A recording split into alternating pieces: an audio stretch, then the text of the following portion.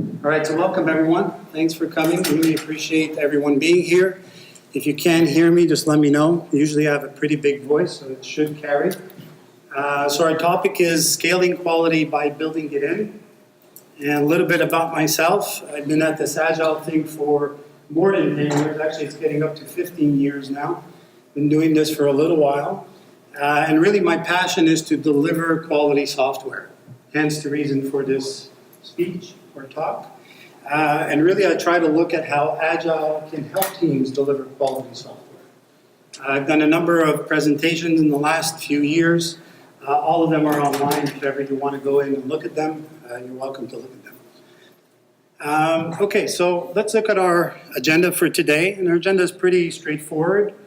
I'm going to start off by talking about the most common quality pitfalls for scaling quality. We're going to go into what those pitfalls are. We're then going to move to a building blocks for a quality mindset. What are those building blocks? We're going to look at how the Agile roles can help build in quality. And you'll see I'm going to be talking about building in quality because in my mind, if you build it in early enough, then you make your scaling of quality a lot easier, right? And I'll get into some cautionary tales and guidelines about test automation. So we all know that test automation is essential in having Agile work well in an organization, but I've seen too many horror stories about test automation. So I'm going to share some of those with you, and I'm going to end up with some recommendations for test automation. So I'm going to share my experience. Again, this is something what I have lived, and I'm hoping that some of these experiences can translate to helping you in your challenges. All right, so let's get started.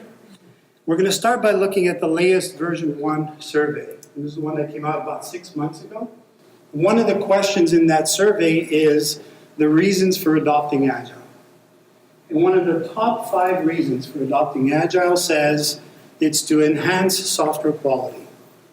Now, what does that mean? So a lot of people, unfortunately, think that we're going to put Agile into an organization and it's just going to solve all of our quality issues. It's really magic, this Agile thing. You just plop it in, all the quality is great. And what we all know is that there's a lot more to Agile than just putting in a process, right? And specifically, when you're getting into larger organizations, when you have many teams, how do you scale it? And today's focus is how do you make quality scale in these large organizations, right? So during this presentation, you're going to think of this sentence in one form or another. You're going to say, I can't do that because, as I tell you some of the ideas that I'm sharing with you.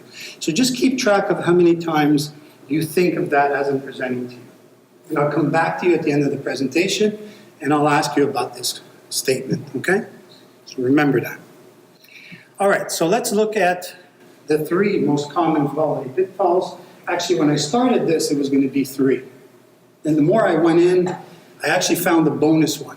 So today it's going to be the 4 most common quality pitfalls to avoid when you're scaling quality. All right? And the first one starts with the Agile team. And in the belief that the Agile team will make it happen all. Right? It's going to make the magic happen. The team is going to come together. They're going to do all the magic in the team. And everything is going to be magical. And of course, it's great and what the Agile team does, and it is important as to what the Agile team does. But what happens when you have 3 Agile teams, 5, 8, 20, 30, right, in these larger organizations? How does what each Agile team does come together, especially if you're working in larger applications? So that's the first pitfall to avoid, to think that you put in an Agile team, magic happens. So keep an eye on that one. The next one, that the Agile team does not have to think about integration testing, right? They're going to worry about their MVP, they're going to do their sprint, and then integration testing is going to come much later. Well, what happens if you're in an organization where you're trying to get a release train going, and that release train is coming every 2 weeks or every 4 weeks? Then guess what? That integration is going to come a lot faster than you think. So you got to think about integration testing early in the cycle. All right, so that's number 2. Our third one is my favorite of all. Test automation is going to do it all. Right? We're just going to write scripts, we're going to run test automation, and it's going to be, again, magical, right? And the reality is that test automation is really all about testing paths of automation or code. And sure, test automation will test one path, a second path, and a third path. But test automation is what you put into it. What about some of those hidden paths of code that you don't think about? What about, the ones that are hiding behind? How do you cover those in an Agile team, especially if you're trying to build it in and scale it? So test automation, essential, but it can't be the only thing. And here's the bonus one. I thought about this hard. And this is in the belief that you can reuse tests for multiple purposes. I've heard this in many organizations as I do my engagements. And there's 2 terms that get used in the industry. The first one is that we're going to glue tests together. And the second term I hear often is we're going to stitch the test together. And actually the term to stitch comes from one of these scriptless tools that you pay a lot of money for. And it's a concept that they say their tool can do. And while this concept of reusing a test actually, it sounds great. It's a great marketing thing. The reality is it's actually very hard to put tests together and actually make them work. So sure, the theory says if you make a test so independent, you can theoretically use it in different purposes. And so yes, you could plug and play these tests if you get to that point. But how many organizations that can make tests so object-oriented that they can be plugged in many contexts? So what ends up happening is organizations start to take their tests and start to hack them. And they hack them together to the point where these tests become totally flaky. And so all of your automated tests all of a sudden become very useless. So those are my 4 pitfalls. Now, why start a presentation with pitfalls? So what I was thinking was, as you're facing challenges in an organization, keep an eye on these 4 pitfalls. And when you see them, then try to apply some of the strategies I'm going to give you this morning. So that's why I started with pitfalls, because you'll remember them. We're going to move on to the 3 building blocks for building a quality mindset. And I feel that if you're going to scale quality and build it in, you need to start with these 3 building blocks. And we're going to start with our first building block in talking about risk. And more particular, the level of risk that an organization is willing to accept when they're developing software. So some organizations, like in the top left-hand corner, are willing to accept a lot of risk. So they're developing software, quality is not at the top of mind. Let's just say that. Some organizations will accept a medium level of risk, like our friend here at the front of the slide. He's willing to jump out of a plane, but he's going to go with a professional. So he's willing to accept medium risk. And some organizations are just risk averse. They don't want any risk when they're developing their software because their software cannot accept risk. So all of this to talk about the first building block, which is in the idea of establishing a corporate definition of quality for the organization. And let me explain what I mean. So if you're in an organization that's developing medical life-dependent software, you're not going to accept any level of risk, right? Their lives depend on it. So you can't take chances of missing something. Whereas if you're in an organization that's working on a mobile app, so what's the worst that's going to happen? The mobile app might crash, a few people might uninstall your app, but nobody's dying because of the mobile app. So you might be willing to accept an excellent or a good level of quality. And hopefully, there's not too many organizations that are in this break and fix, but I've seen too many organizations that actually work in that mode. That's their level of quality, right? So why establish a corporate definition of quality like this? So the idea is you get upper management to say, what level of quality do you want the software to achieve? And if upper management says, I want perfect quality, it removes all of those conflicts at the Agile team level on a daily basis. So if they say it's perfect, there's no discussion on how much test automation we're going to have to do, how much unit testing we're going to have to do, how good are those requirements, right? It really removes all of that conflict from the teams so they can focus on getting stuff done. Whereas if you're willing to accept our good or excellent, that means you're not going to allocate as much budget to it. So you're willing to accept less unit testing maybe, or less automated tests. So upper management sets the tone for the teams. So this is the first building block I think is essential. My next building block, I'm going to start by asking a question. The question I ask is, why is it acceptable to write code without thinking of how to test it? And the obvious answer I always get from people is because we have a deadline. So, there's a deadline coming, so we can't test as much. We can't spend as much time doing stuff. And whenever I start an engagement, I always do assessments. And in the assessments I'll interview people. And I'll ask them how things are going. And so many times people leave me with these little nuggets. And I was talking to a QA person in an organization, and she said to me, quality is something everyone wants as long as it doesn't cost anything. And isn't that true? When the project starts, we're getting quality. It's going to be perfect, right? We're going to achieve it. And then the minute that deadline starts to loom, well, let's start cutting on the unit testing. We don't need those automated tests, and so on and so on. And we all know what the implications of this is, that the quality we put out ends up costing the organization afterwards. Let's look at a few examples from the industry over the years. In 2001, Nike, a little supply chain management problem in their system cost them $100 million. In 2004, AT&T and a CRM upgrade, a little problem, $100 million it cost them. My all-time favorite is the Knight Capital Trading System, and they do trading in stocks. And in 2012, this little software glitch in their algorithm cost them $440 million in 30 minutes of trading.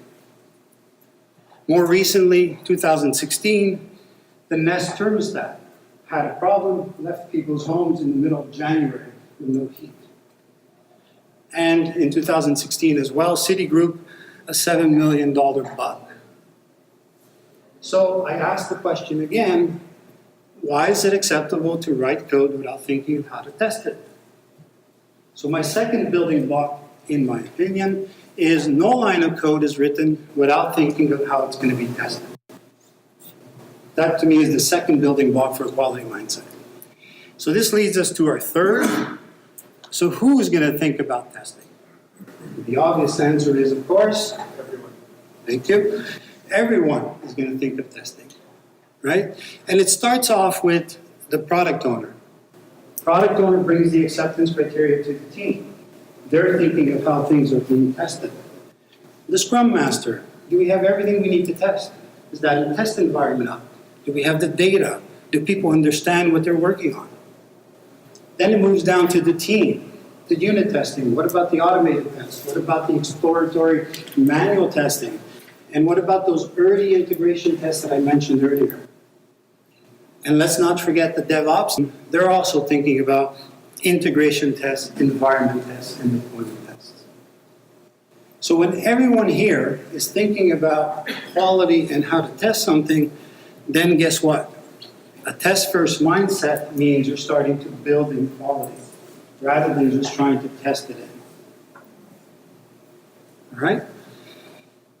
So we've gone through the 3 building blocks. Now, once you have those building blocks established, let's look at the 4 agile roles. Now, of course, everyone's worried about quality in my world, but I'm going to focus on these 4 roles. And I'm going to start with the agile coach. And it really all starts with the agile coach. The coaches are the ones that in those early sessions when they're starting with a team, or maybe you're even rebooting a team, especially these days, there's more reboots going than new teams, right? It's in those early discussions that the Agile coach will be asking you questions. So how are we going to test that feature we're developing? Do we have that test environment ready? Do we have enough people that can do the testing? And the Agile coach will help establish that test-first mindset. Let me give you a couple of examples from a few organizations I worked with. In this organization, we established a corporate definition of done. And we established it, and then we actually printed it on these huge sheets. These sheets are like big like this. And we pasted them around the office, all the floors, every corner. And the goal of it was to make people understand the definition of done. Now, it's a bit hard to read, they're a bit small, but I'll go to my next slide. And you'll see a team that used this as the basis. And in their definition of done, you'll see lots of examples of thinking of quality and thinking of testing. So all the acceptance criteria are met. The unit tests are at 80%. The automated tests are done when possible. Dev even tested even before it got to QA, right? And so on and so on. So again, as an Agile coach, when you're establishing this definition of done, that's your opportunity to start building that quality mindset. In the next example, I was working with some test engineers, different organizations, and we were working on deployment environment tests. Now, what are those?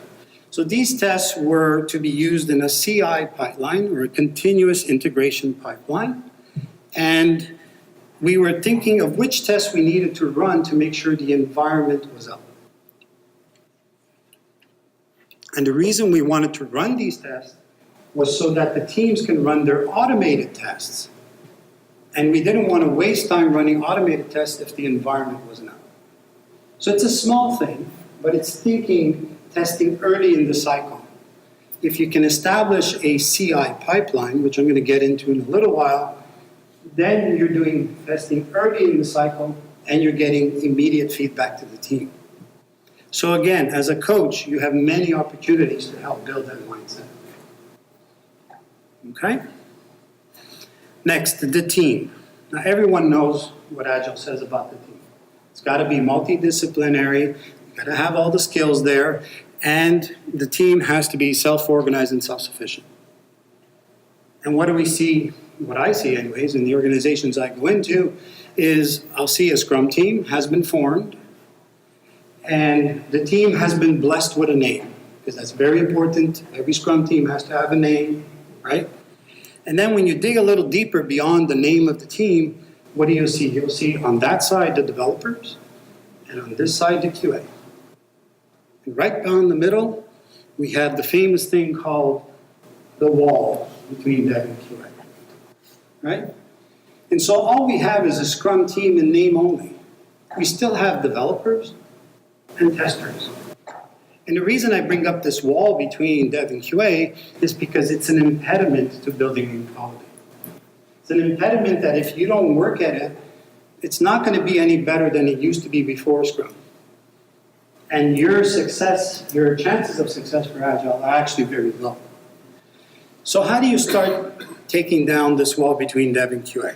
One of the most effective ways I found, obviously, co-locate them, put them together, if they're geographically close in the same office, or at least commit them if they're, virtual teams, at least commit them to the project. But once you get beyond that, one of the easiest methods I've found that worked for me is using a method called one story at a time. So what does that mean? The concept is actually very simple. The team will commit to a sprint. They'll have their stories that they've picked that they're going to do. And you tell the team as a coach, you can only do the first story. None of you can start on the second story until the first story is done. Until that first story has met that definition of done that we just showed. And so the minute you put that constraint on the team, what happens? The developers start to realize, okay, well, we got to think about how we're going to test it. We're going to have to think about our unit tests. We have to think about what QA needs to do. We got to do the test automation. And very quickly, the team starts to forget about that division between the two. And all of a sudden, it's a team effort. And I found this to be the most effective way, at least for myself. Okay? Now, despite your best efforts at trying this, you're probably going to encounter a developer or two that's going to say, I am a developer, I don't test. And so what do you do when you hit these kinds of people? So what I try to do, I work with them, I talk to them, I try to convince them, and I really try to make them understand that it's all about the team. But sometimes you might have to get to the point where you have heavy discussion, and if there's one developer is dragging down the team, it's not all about a one person in the team, right? It's about the team. So this developer, you may have to have discussions with upper management where this developer has to potentially change team or other things, right? Now what I found is that while it's hard to change people's stripes, through a bit of coaching, through establishing a quality mindset, and setting some common quality goals, you can get people to change their stripes in most cases.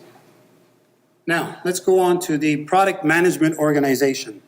This is really where building in quality starts, because they're the ones that are going to come to us with those features.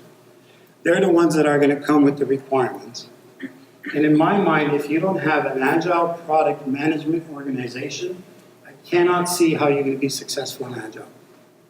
So if you still have a product management organization that's doing those large PRDs, the perfect PRD, then is going to hand it off to the agile team to go make the magic happen, it's not going to work. There's too much friction between these two worlds. If you don't have an agile product management organization, your chances of success for agile are going to be very low. So what do I mean by an agile product management organization? I mean an organization that does just enough product definition. And there's methods of doing that. One of the more common methods out there is using something called ATDD or BDD. Now, before you run to your organization and say, you product managers better become agile, and you better be using ATDD and BDD, let's understand what it is, right? And let's look at why you would want to use ATDD and BDD. There's many books out there. This is one of the better ones out there. If you're interested about reading about it, I encourage you to look at it. So there's 4 reasons why use ATDD and BDD. The first one, it helps bring together and focus the product owners, developers, and testers. The second reason is everyone is speaking a common language, and you'll see the language in a second. The third one, it really brings the team from thinking about what feature are we working on to how do we test this feature, okay? And finally, you can use ATD and BDD to drive test automation. These are the 4 reasons why you'd want to consider it. So what does ATDD or BDD look at? So I put together an example for you. Just in time for Black Friday, I put together an Amazon shopping. So that way we know how to sign in this Friday. So the example is here on the left. This would be our scenario that we're working on as a team. And this would be something the product owner would put together. So they would write this syntax here. It uses the given, when, then format, right? And here's a scenario. So given the URL is open, and I hover your account, when I click sign in, I enter my email and password on the bottom, I click sign in, and I see the welcome page. That's what the product owner wants us to do. So now when you look at this, you say it's simple enough, but the idea is it's going to drive discussion, right? So the dev team and QA guys are going to look at this, and gals, of course, are going to look at this saying, when that given the URL is open, what does that mean? What browsers are we supporting? What devices are we supporting? What about iPads? What about iPhones? What, and so on, right? You say hover. Well, I'm on an iPad. I'm not hovering anything. I'm just tapping. So what do we need to do? So this kind of common syntax or English-like syntax drives discussion. And that's the whole point. And if you're driving that discussion, you're teasing out those requirements, and everyone's thinking of how to test it. Okay? So now this is one method. The other method is TDD, or test-driven development. And the difference between the two is that the top one is focused on the PO and the team, whereas the bottom one is the team. The top one is using an English-like syntax, and TDD is developers or test automators writing code. So it's a very different approach.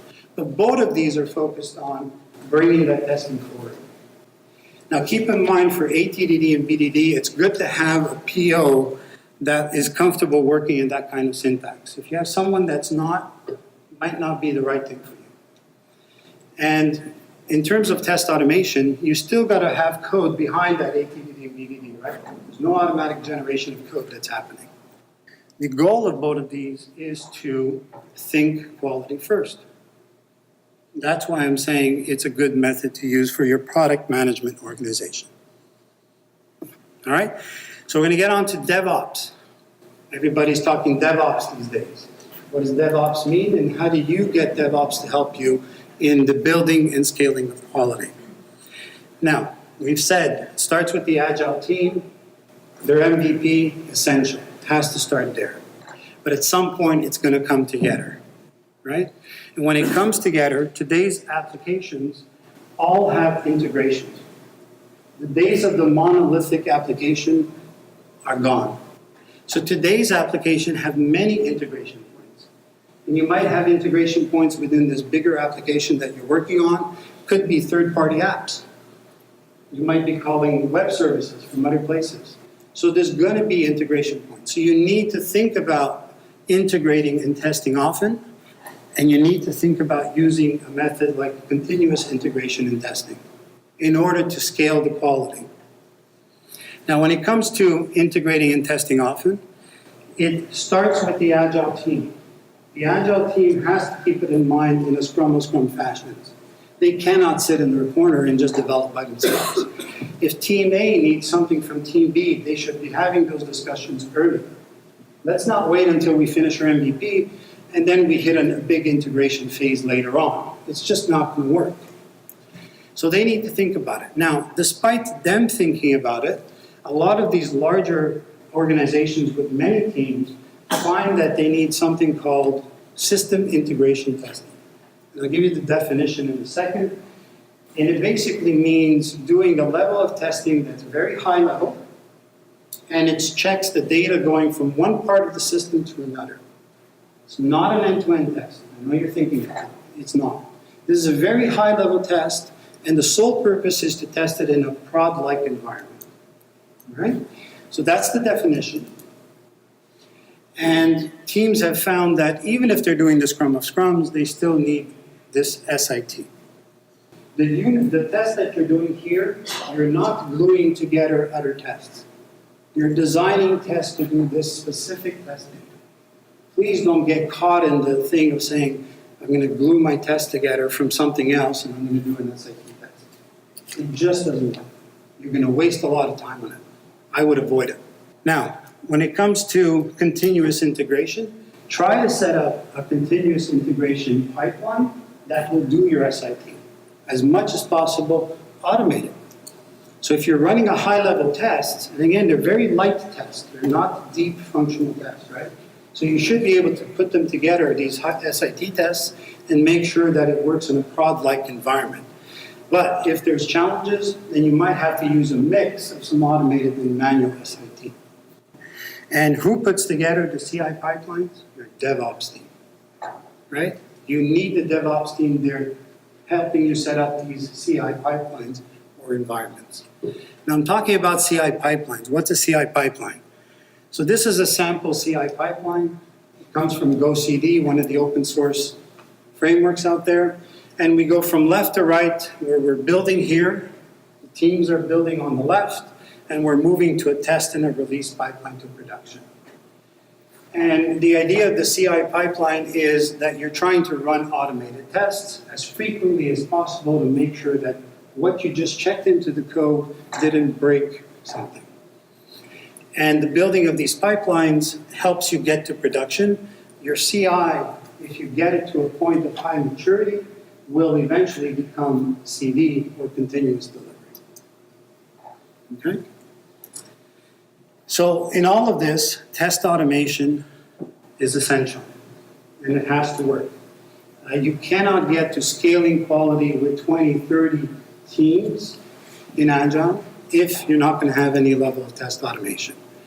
But let me do a deep dive in test automation, because I've seen too many organizations we could go down a real big rat hole when it comes to test automation. And I'll share some of them with you here. The first one is the idea of record and playback, in that it's the panacea. You know, you can just sit and record, and you know, record and playback has been around for like 2 decades now, right? And I remember when it first came out, I was sitting somewhere testing, and they said, wow, look at this tool. You can just record what you're going to do, and then you play it back, and the testing is done. And of course, what we know after 2 decades of trying record and playback is that it never delivers. I have never seen record and playback help any organization scale something in my experience. So if you're thinking you're going to use record and playback for test automation, think again. Now the other flavor that's come out is the scriptless tools. I love these. So these tools say, we're going to generate the code behind. You don't need to see it. Trust us. Right? That's what these tools are saying. And they make these big promises of big gains. So let me tell you a horror story. And you'll see why I'm showing you a chair with printouts. So this organization was deploying SAP, large SAP deployment. And as many of you know, SAP is not exactly a simple thing to deploy in an organization. You're changing business processes. It's huge. And this organization not only bought SAP, but also bought this scriptless automation tool, that shall remain nameless. And they spent millions of dollars on this tool, right? And their goal with this automated tool was, we're going to do 100 use cases end-to-end. Because we want to make sure we're testing our business processes that they work. And they put people on this using this scriptless tool. And after many months, and many years of trying to do these tests, they got to the point where they said, well, we need the business now to confirm that these 100 tests test our business. And how do you think they made them confirm? They used to sit people in a room and watch the tests. The automated tests, right? Running end-to-end. Days and days of people watching. Then they went one step further and they printed the test automation scripts, or the so-called scriptless test automation scripts. They put them into binders, they put them on a chair, and they passed them around the office. It was so heavy they couldn't carry it, right? And they passed it around the office because they wanted the business to sign off that the test automation script were doing what it was. You're shaking your head. This is a real story. So this is one of the, be careful with test automation and what the tools promise you, right? You can really go down a rat hole. The next one is, I hear people say, well, test automation should just be automatic. After all, there's the word automation, automatic, it just happens. And test automation is anything but automatic. You're writing code to test code. That's true test automation, not the record and playback that we talked about. And remember what we said about the paths of automation. There's only certain paths. So test automation, last I checked, is not artificial intelligence. Some people seem to think that test automation will just figure it out. And last I checked, our test automation tools have not hit artificial intelligence. Some people are trying it though, so we might be a few years away from that. But until we get there, you need to use some exploratory testing in the teams along with test automation. Those two together really give you the chance of building in that quality. Of course, test automation is not only a QA effort. It's got to be a team effort, right? It can't be one side or the other. It's got to be an integral part of every story. And the other question I get often is, are we done yet? When it comes to test automation, are we done? So that organization that had the 100 scripts, in that management's mind, once those 100 scripts were done, test automation was finished. That's the way they were thinking. And of course, as we know, in test automation, you're never done. Test automation is another development cycle right alongside the code that you're putting in production for your customer. And test automation has a life cycle of its own.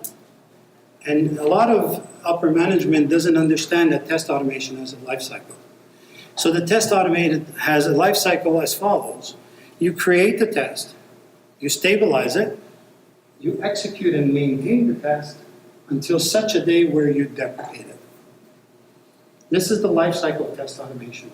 The problem comes that a lot of people think, well, once I've created my test, I'm done.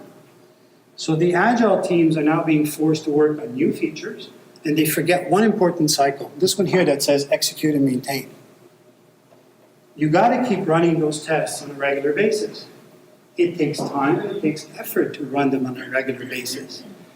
From my experience, it's taken between 10 and 30% of a team's time to keep those tests running and green as part of a CI pipeline. But the problem is that a lot of Agile teams either don't allocate or they're not given the chance to, because the product owner is going to come in and say, I need this feature, forget your automated test. And so very quickly, the test automation gets in trouble, and then you have these large test beds that are all red and that are no longer running. So you've defeated the whole purpose of test automation. My 3 recommendations for test automation. It's got to be in the team. The team has to own it. The team has to do test automation. Do not get caught in the trap of saying, I'm going to build this other test automation team on the side. They're going to do the automation for my Agile team. It won't work. I have yet to see it. It's over 20 years in doing this. We've tried the test automation on the side. It just doesn't work. It's got to be in the team. Next, in terms of test automation coverage, I want 100% coverage. It's got to be covered.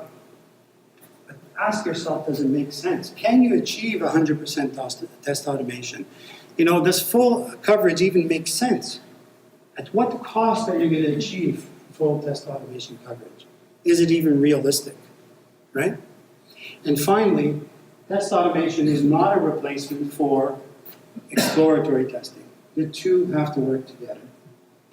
So our key takeaways, and I have 3 of them. So I'm going to come back to the question at the beginning of the presentation. So how many, show of hands in the room, as I was presenting you some of these ideas, you thought, I can't do that because, and whatever comes afterwards. Show of hands. Wow. Not as many as I thought I'd see this morning. That's good, so I'm encouraged. That's good. So what I always tell people when they say I can't, they give me that statement, I'll always ask them, well, what's the alternative? And the common alternative that I've given people, and I've coined this phrase, the popular software engineering fallacy. Yeah, it sounded good. And it goes as such. It says, we don't have the time to do it right.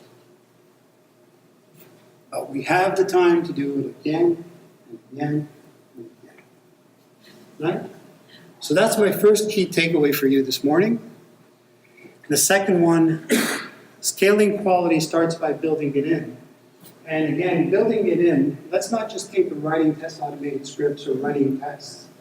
Quality starts way before that, right? It starts when your product owner comes to you and says, this is what we want to build, and you're understanding the requirements. You're having those early discussions before you write a line of code. That's where quality really starts.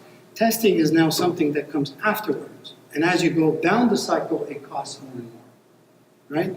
So it's cheaper to build it in than it is to test it in. And if you focus on building it in, you'll be able to scale it.